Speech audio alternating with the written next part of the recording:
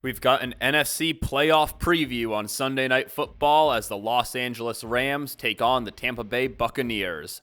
Rams have dominated this matchup recently and in the playoffs, winning all 3 playoff matchups and 7 of the last 9. One of these teams is going to be walking out of this one with a true statement win. We'll see which one in the simulation, but first, let's get behind the bar and make our drink, Snow in Tortuga. Well, we've got the Baker Mayfield special here on Sunday night as he leads the Bucs against the team that restarted his career. Also, unlike Buffalo on Thursday night, both of these teams have plenty of drinks to draw from. In fact, the Rams are so tapped in that they've actually created multiple cocktails for themselves, including this week's representative, Snow in LA. Now, Smirnoff is actually partnered with the Rams. We saw their drink back in week 7. But that hasn't stopped them from making their own team drinks and even partnering with other vodkas.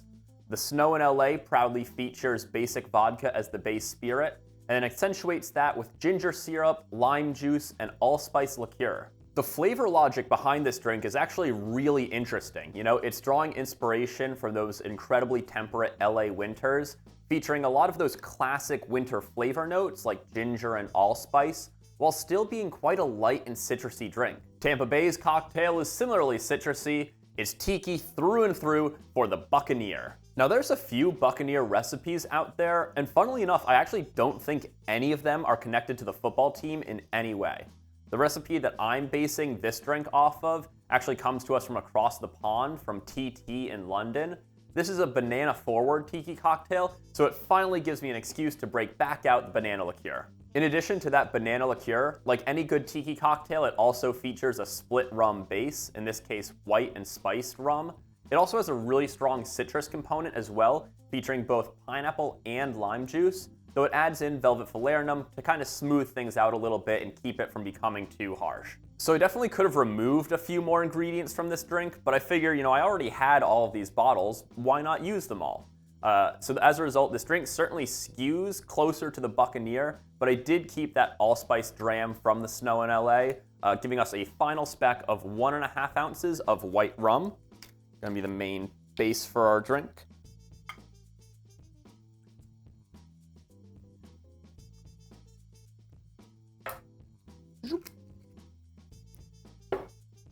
Half an ounce of our banana liqueur. That wonderful Laffy Taffy banana flavor. Whew. Even just pouring it, I can smell that banana. That is a strong scent. Half an ounce of our velvet falernum. I'm gonna bring some sort of, a little bit of creaminess to this drink, kind of smooth out all of the acid that we are about to throw into it. And also, can you really call it a tiki drink if you don't got a little bit of velvet falernum in there? I mean, come on. 3/4 of an ounce of lime juice.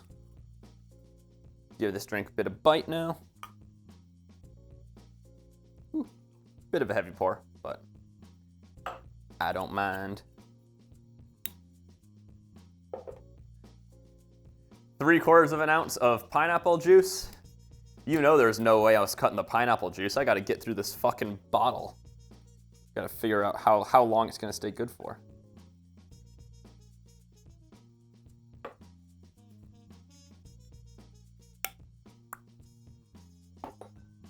And then finally, half an ounce of our Allspice Dram.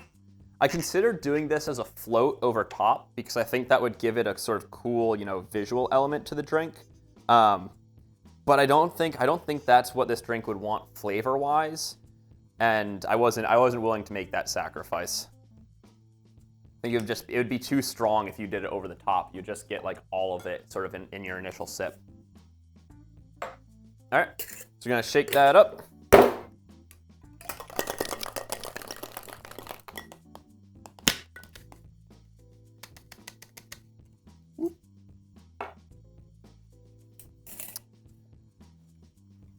And then we are going to strain that into our rocks glass over a large cube.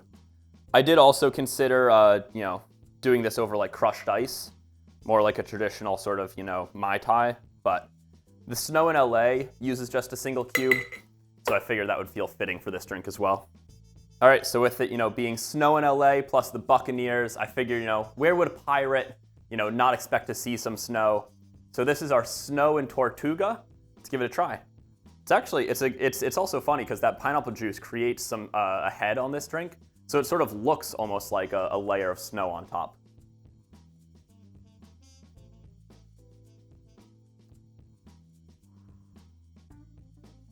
Ooh. Oh. Oh, that is tiki, baby. That's the good stuff.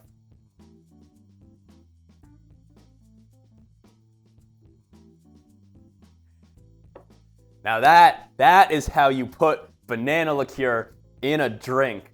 Yes. Oh. It is just the velvet falernum plus the pineapple juice creates such a lovely sort of, smooth, creamy mouthfeel to this drink. The proteins actually in pineapple juice is what causes it to have that head. It's not as much of a head as if you use like an egg white, say, because those proteins bind together a lot better. But it's a similar sort of effect. And so combined with the sort of inherent creaminess of the velvet falernum, it really does give this drink a smoothness on the mouthfeel that is just so wonderful. And then flavor profile wise, like this is like classic Tiki 101, where we've got like three different, fruit flavors in there. We've got some spices in there. We've got the rum sort of backing it all up. And it's just this lovely sort of swirl of flavors that just does a really intricate dance. You can't really you can kind of pick out the banana liqueur, but nothing stands alone. Nothing stands unmodified. Everything in this drink is kind of bouncing off every other flavor. So yes, even though you're tasting that banana, it's being tamped down by the pineapple juice. The Allspice Dram, that's very sort of like baking spices forward. It's a very similar kind of flavor profile to like Angostura bitters as like a baseline.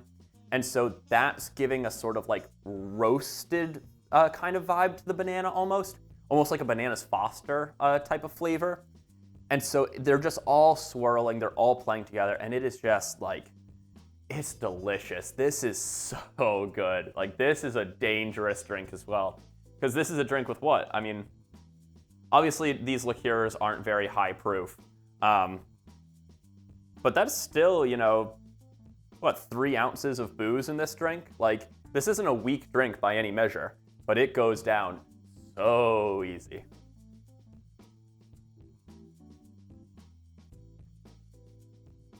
Yeah, and I think honestly not serving this over crushed ice was absolutely the right move, because I don't think you really want a whole bunch of extra dilution in this drink, I don't think, the flavors aren't too strong. They don't need to be tamped down by that extra dilution. I know one of the last tiki drinks that I did for this series, way back in the beginning, the Rum Runner riff for, I think that was week 3, Buffalo versus Miami. That was a drink where when I first had it, I served it over crushed ice. When I first had it, I thought it was awful. I hated it. But then once I, went back to it a little bit later, after that ice had had a chance to kind of melt and dilute down the drink a little bit, it was so much better, and I really had a sort of newfound appreciation for the role of ice in that drink. This isn't that. This is not super syrupy or anything like that. It doesn't need to be sort of thinned out and lengthened. It's perfect as is, and it's not too strong either. I think if you serve this over crushed ice, the drink would probably feel too weak because you'd lose a lot of that creaminess that you get from it being relatively concentrated. So I think the rocks glass is perfect. I do like the single cube. I think serving it up just feels weird. It just feels weird to have a tiki drink served up. I know you certainly can do it. I think the Jungle Bird often gets served up. So it's not unheard of, but this glassware and this ice situation feels like the right call for this drink.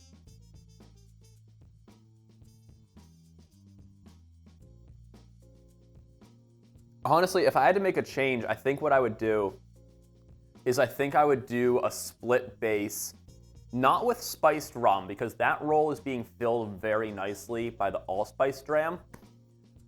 I think, honestly, 1 ounce of white rum and then like half an ounce of the OFTD rum. I think that might be the move. You stick just like a half ounce of Navy strength rum in this thing to give it just a bit more kick, because I think that's really what it wants. It's like, it's a little bit too smooth right now. And maybe this is just me being greedy and wanting, you know, more booze in my drink. But I feel like you just give this thing a little bit of that rocket fuel, you know, just a half ounce of that overproof rum. I think that like knocks this drink out of the park, and it really just gives it that kick to get it up to the next tier of drinks. Right now, this is very firmly like kind of, you know, it's in like upper B tier of drinks, you know, maybe like low A tier, where it is a very solid drink. It's very easy to drink. But despite all of the sort of cool flavor notes coming in, it falls short of being like a true S tier. And I think it is because it doesn't have that sort of second gear to it. It lacks a little bit of oomph.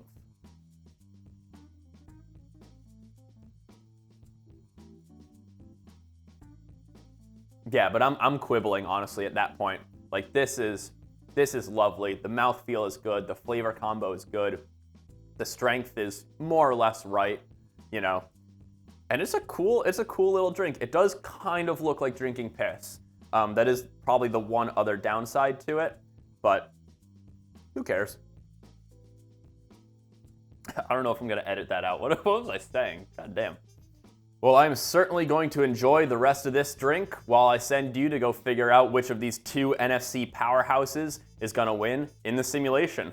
The Bucks start with the ball first, and they have both Bucky Irving and Chris Godwin back for this matchup, which doesn't immediately pay off for their offense as they punt on their opening drive. Instead, it's the Rams who strike first, as Stafford hits Davante Adams in the back of the end zone to close out the first quarter. The Bucks respond in the second, drawing up a wide receiver screen on the 1-yard line, and the Rams defenders just sit there and watch as Emeka Egbegbu strolls on in. Both of these teams really control the ball and chew up clock, with the Bucks finally back in the red zone with only a minute left in the half. This time, Baker finds Sterling Shepard splitting the defenders in the back of the end zone. The Rams do make it to Tampa territory on their following drive, but they burn all their timeouts, and Kyren Williams fails to get out of bounds on the screen pass, so the final 2 seconds run out, and they go into halftime down 7-14. However, the Rams get the ball first in the second half, and they continue their ball control offense, eating 6 minutes of clock, but Vita fucking Vea of all people blows up this screen on 3rd and 9 for a loss of 4. As a result, the Rams settle for the field goal, finally bringing their score into double digits. The Bucks respond by marching down to the 30, but Baker inexplicably throws it into quadruple coverage on 3rd down, bringing up 4th and short. Instead of rolling the dice, though, they go for the 47-yarder to extend their lead back to 7. Halfway through the 4th quarter, the Rams are driving, looking to tie this game up, but the Bucks bring a blitz, and Lavonte David sacks Stafford back to the 44-yard line, forcing LA to punt.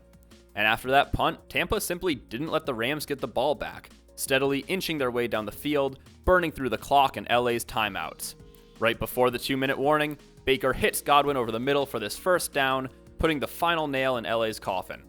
From there, the Bucks are able to go into victory formation and kneel out the rest of the clock, securing their 17-10 victory. I'd be very surprised if this game ended up being this low scoring. These are 2 teams whose offenses have been playing really well. You saw that in this sim as both of these offenses moved the ball really well. They just didn't really have explosive scoring plays, instead chewing up a lot of clock. This will definitely be a close game, but I actually give the Rams the slight edge here. Their defense has quietly been one of the best in the league, holding opponents to 17 points per game, and we just don't know who all is going to be healthy on Tampa's side of the ball. Both of these QBs were able to pretty much move the ball at will through the air, posting ratings above 100, 200 plus passing yards, and no interceptions. That said, Baker definitely came out on top in this one, leading in literally every category. Passer rating, completion percentage, yards, touchdowns, hell, even longest pass. Speaking of, that really demonstrates how much these offenses were just taking what the defense gave them. The longest passes for both of these QBs were 28 and 18 yards. For context, an explosive play is generally considered to be at least 20 yards. Now, the passing offenses were operating smoothly, but these defenses really shut down the run game, with nobody breaking 30 yards on the ground. It's hard to really convey how nuts this is, but I'm going to do my best. The fewest rushing yards Kyren Williams has had this season is 50, and he hasn't averaged fewer than 3.7 yards per carry this season. It's been over a year since he's had this few yards. As for Bucky, he's never had less than 37 yards in a game where he had at least 10 carries. Now, in addition to Bucky being back, this sim assumed that Chris Godwin was back and healthy, which certainly helped as Tampa has the top 3 spots for receiving stats. That said, LA has the next 5 after that, so these teams definitely spread the ball around a lot. Now, the bottom of the stat sheet looks pretty reasonable, but the most surprising part was that Cade Otton didn't get more involved, only having a single catch for 12 yards.